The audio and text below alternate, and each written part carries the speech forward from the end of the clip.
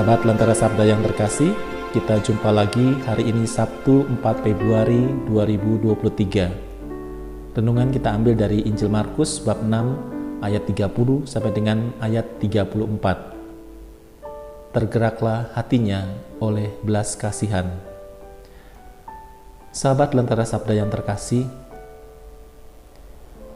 ketika kita dibaptis, maka kita ikut ambil bagian dalam tugas dan karya Tuhan Yesus.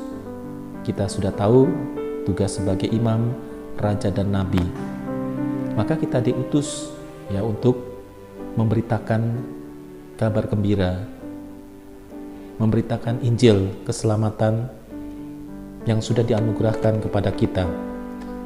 Maka kita masing-masing mempunyai tugas perutusan untuk mewartakan Injil tadi. Nah, ketika kita mewartakan Injil di dalam seluruh gerak kehidupan kita, pekerjaan, pelayanan kita, maka kita seringkali menjumpai hal-hal yang di luar dugaan kita, hal-hal yang di luar kemampuan kita. Maka sebagai orang yang diutus, sebetulnya kita mesti bersatu dengan yang mengutus kita, yaitu Allah sendiri yang mengutus kita. Maka kalau Allah yang mengutus kita, kita akan diberikan bekal yang cukup, yaitu rahmat-Nya, supaya kita mampu untuk mewartakan Injil. Kalau kita diberi berkat, diberi kemampuan untuk mewartakan Injil, maka kita juga selalu bersatu dengan Kristus yang mengutus kita. Melalui apa? Melalui doa. Doa merupakan relasi yang mendalam kita dengan Allah.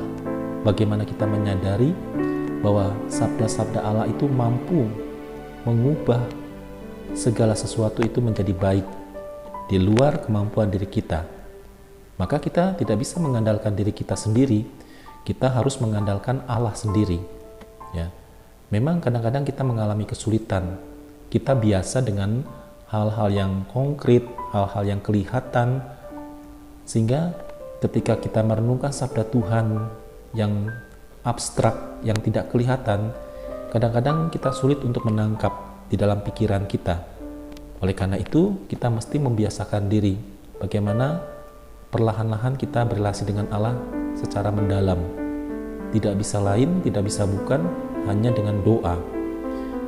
Doa merupakan kesatuan kita dengan Allah. Nanti di sana Roh Allah sendiri yang akan membimbing kita supaya kita dimampukan untuk bersatu dengan Allah.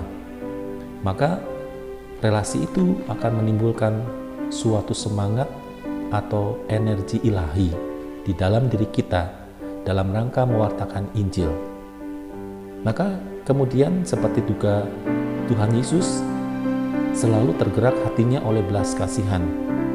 Maka dalam rangka mewartakan Injil, hal ini mesti ada di dalam para pewarta Injil, ada di dalam orang-orang yang diutus, yaitu selalu tergerak hatinya oleh belas kasihan.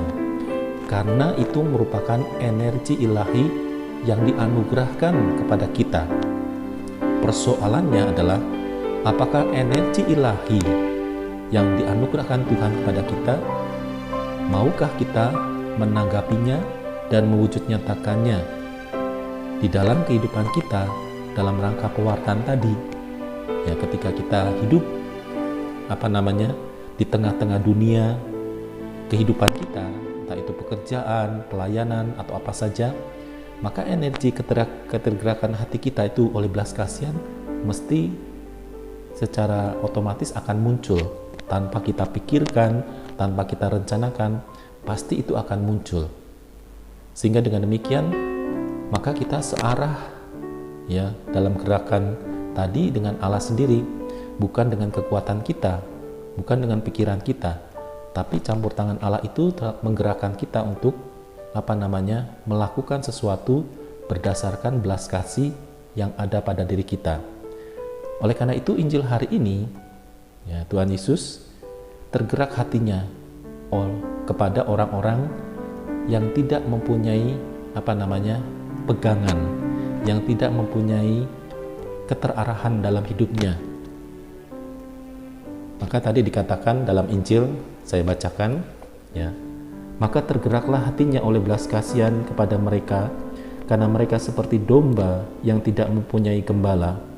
Lalu mulailah Yesus mengajar banyak hal kepada mereka.